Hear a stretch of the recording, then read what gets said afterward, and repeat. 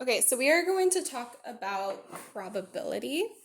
So these are some formulas we're going to go over, and then we'll do a quick example with a Venn diagram and two-way table. So first, note the notation. So P just means probability of A. A is an event that happens. So the probability that an event A happened, the way you calculate that is you calculate how many actually happened in event A over the overall total. This one here is called the complement of A. So the little line on top means that A won't happen. So you can calculate this kind of similarly to how you calculate probability of A. It's just the numerator would be everything not in A. An even simpler way, if you already have this one, is just 1 minus the probability of A. And then we've got this one's called the intersection, probability of A.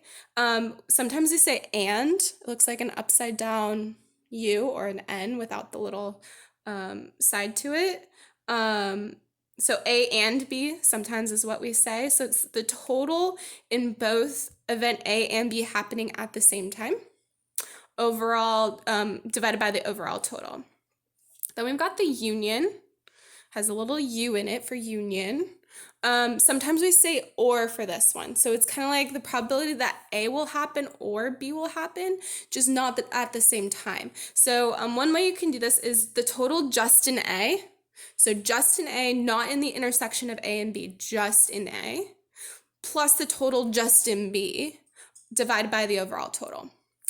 Again, that's called the union. Another way to calculate this is finding the probability of A, the probability of B, and subtracting out its intersection. So depending on what you have, sometimes this one's easier and sometimes that's easier. Okay, we have what's called mutually exclusive events. If A and B are mutually exclusive, it means there isn't an intersection. That's kind of the idea there. So the union is just the sum of probability of A and B without the intersection needing to be subtracted because there isn't one. Then we have conditional probability. It has a straight bar in between A and B.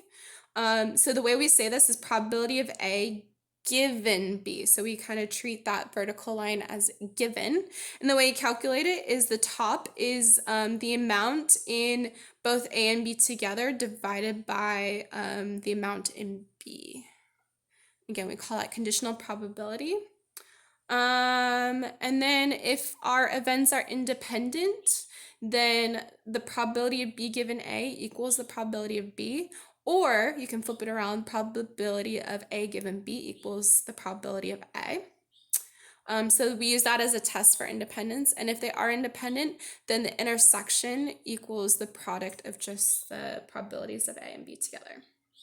So keep note of these formulas. We will be using them. So I've got an example already ready to go.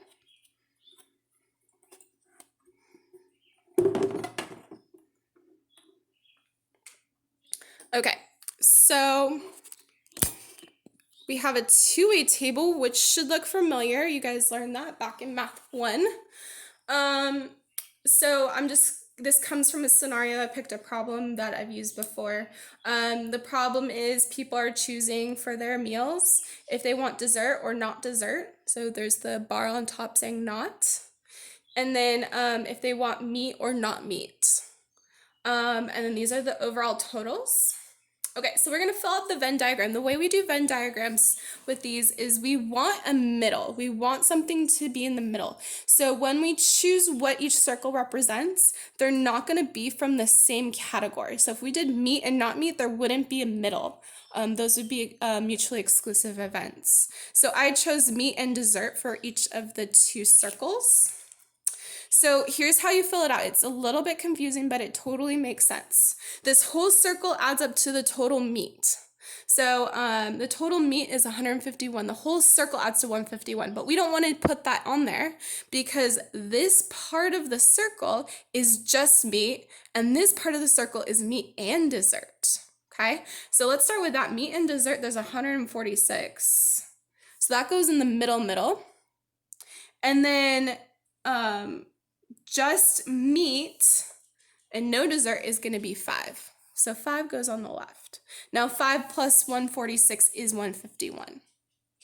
Okay, now let's look at dessert. So we've already got, again, the middle. So just dessert and no meat is going to be 72. That goes here. So 72 plus 146 is the total of dessert, which is 218. Okay, and then we've got the outside of not meat and not dessert, which is 14, this number right here. And that's going to go outside. So altogether, if you add up all 4 of those numbers, you should get 237 when you're done. Okay, let's fill out some of these probabilities. We have the probability of meat. So the way you're going to calculate that is you're going to take the total meat, which is 151, and divide it by the total, 237. You can leave it like that. You can find the decimal answer or write it as a percent. This is going to equal 64%. Okay, the next one is dessert given meat. So if you remember our formula from before, we're going to find the intersection of dessert and meat together, which is 146, divided by the total number of meat, which is 151. We do that calculation, it looks like that's 97%.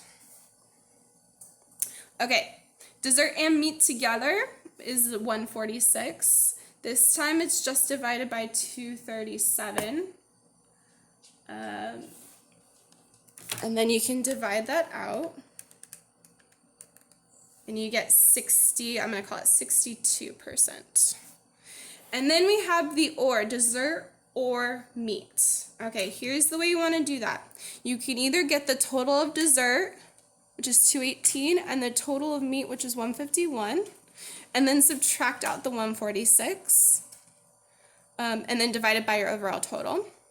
Or you could just add up all the dessert, so that would be all of these 2 numbers together, and then the meat, which is these 2 numbers together. So we just don't want to double count the 146. So we can do 146 plus 72 plus 5 all over 237. So that's going to be 223 over 237. And that's going to give us 94%.